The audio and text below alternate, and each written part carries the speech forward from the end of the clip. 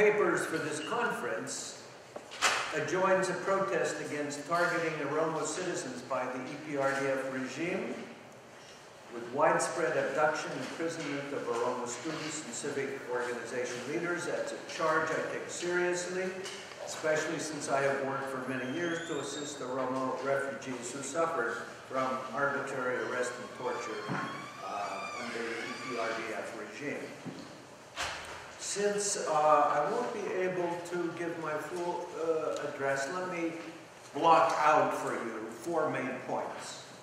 The first is that I want to suggest there is not one Oromo struggle, there are many Oromo struggles. Second, that the differences among these struggles reflect different narratives, different views of the Oromo past and present.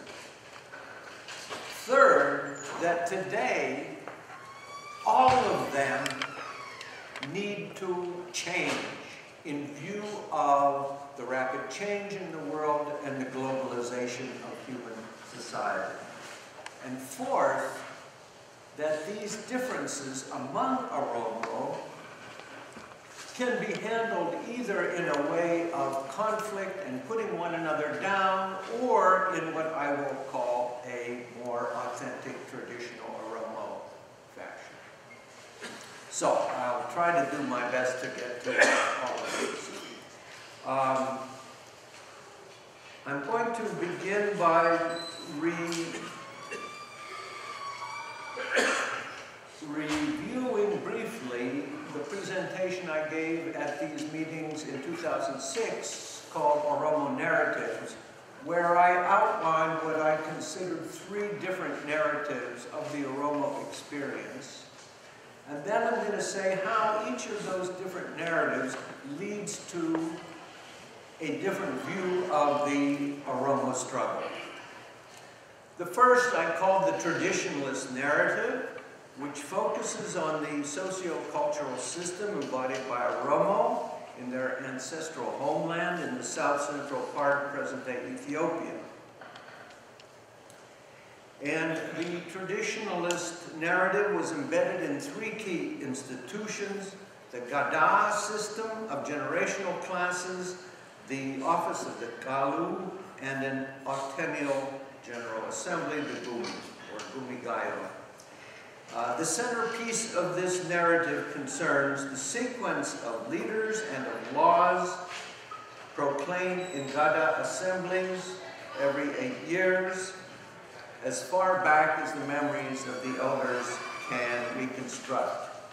Its topics include the influence of previous generations on succeeding generations through the Gogesa, offering a channel for Dachi, which, as Osmarum Legessa evocatively describes it, the mystical influence of history on the present course of events.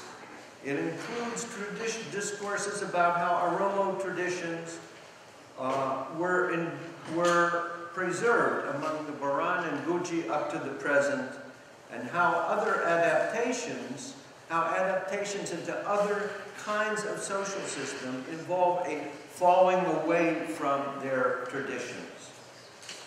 So what is the Oromo struggle from this perspective?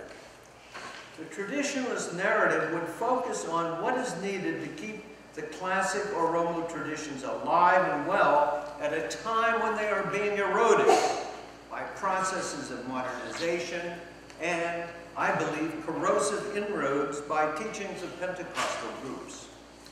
The Oromo struggle in this perspective becomes a struggle to revitalize whatever can be preserved of the traditional institutions of the Gada system and of practices associated with the Kalu.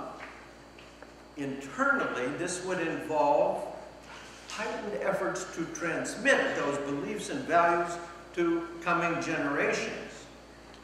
It would also involve efforts to retrieve some features of Gada traditions that have been lost. That such efforts are not futile is demonstrated by the remarkable recovery the remarkable recovery of the Gumi El Dalo, a historically important assembly that was revived after a lapse of more than 200 years, thanks to the leadership of Gada Liban Jildesa in 2003, as described in a very interesting book by Dr. Ibrahim Elen. And I just learned at lunch that there are efforts underway to reconstruct the Gada system in Shoa. It must also involve efforts to reclaim land that is being appropriated by outside investors. Externally, it would involve efforts to publicize traditional Oromo achievements and to ensure that the legal and other supporting structures remain in place. Such work is facilitated by provisions of the Ethiopian Constitution of '95, which stipulates that previous customary laws and courts can continue to function when recognized by the federal legislature and state legislatures. That is something I argued for in 1974 in Greater Ethiopia. All right. The second narrative I call, in a term borrowed from Professor Merera Gudina, the colonialist perspective.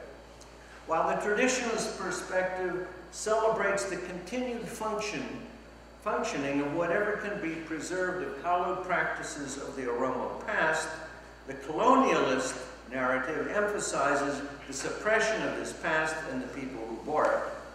This narrative resembles what has been called a lachrymose narrative in accounts of Jewish history, one that makes episodes of victimization and suffering the benchmarks of their historic experience. And then I have a long quote from the paper I wrote about this in 2006, which is in the Journal of Oromo Studies. I won't repeat it here because of the time. The colonialist perspective on the Oromo struggle today runs like this. Since the Oromo experience is perceived mainly in terms of being victims of a century and a half of unrelieved subjugation, the heart of the struggle will focus on resentment against inequities. Its central assumptions include dispossession of rights to land, as Obo Makamu Jate described in detail earlier today, loss of political autonomy, and restrictions on use of the vernacular language. Accordingly, those inclined to a colonialist perspective are likely to view the Oromo struggle as a campaign to attain one or more of three objectives: a political effort to ensure more adequate representation in the Ethiopian government, an economic struggle to regain control of the land, and a cultural struggle to secure more resources for promoting literacy and publications in Afan Oromo.